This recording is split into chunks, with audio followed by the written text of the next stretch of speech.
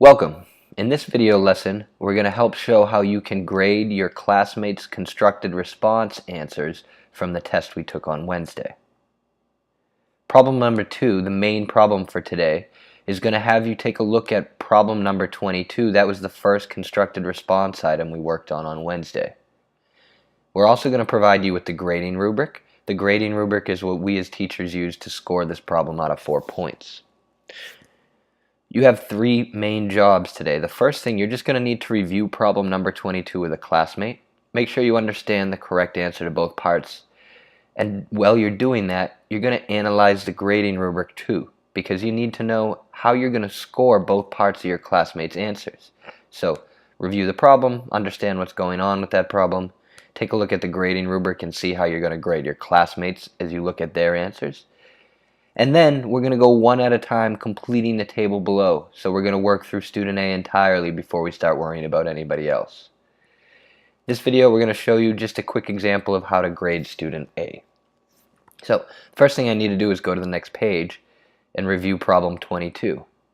That talked about Claire and Graham both typing to get a job. Remember, in 5 minutes we were given a written description for Graham. They just told us in a sentence that in 5 minutes he could type 260 words. Claire, we were given a graph. We see a proportional relationship, and after 8 minutes, she had typed 440 words. As the grading rubric in part A showed us, they said how much faster in words per minute is Claire than Graham.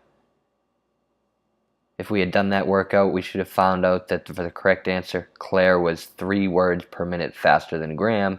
And so the rubric tells us for part A, if you had that correct answer, 3 words per minute, and a strong explanation or your work was shown, because it tells me show your work or explain your reasoning, you'd get the full 2 points.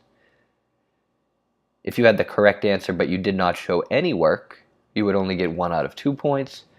And if you had an incorrect answer, if you did not identify 3 words per minute, doesn't matter how much work you have, you get 0 points if you didn't correctly answer 3 words per minute.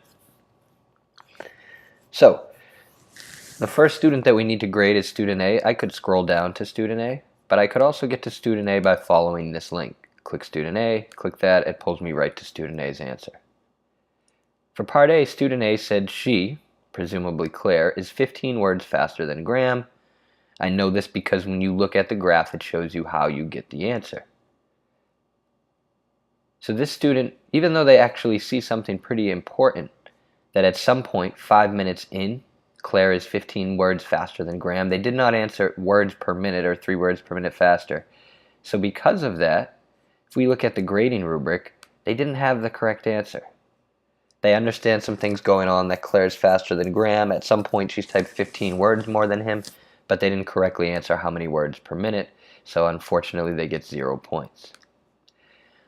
Once we know what to grade for part A, we can go ahead and use this link. Instead of scrolling back up, we can click on this link and say for part A, student A, 0 points.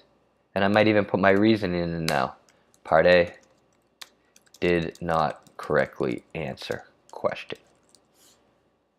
Now use the link again, go back to student A, start reading their work for part B, take a look at part B's question ahead of time, the rubric to make sure I understand it, and I'd have to grade part B. Once I know that, again, I'd go back up, put a grade in for part B, put a grade in for the total, and update my reasoning for whatever reasoning I did for part B's score.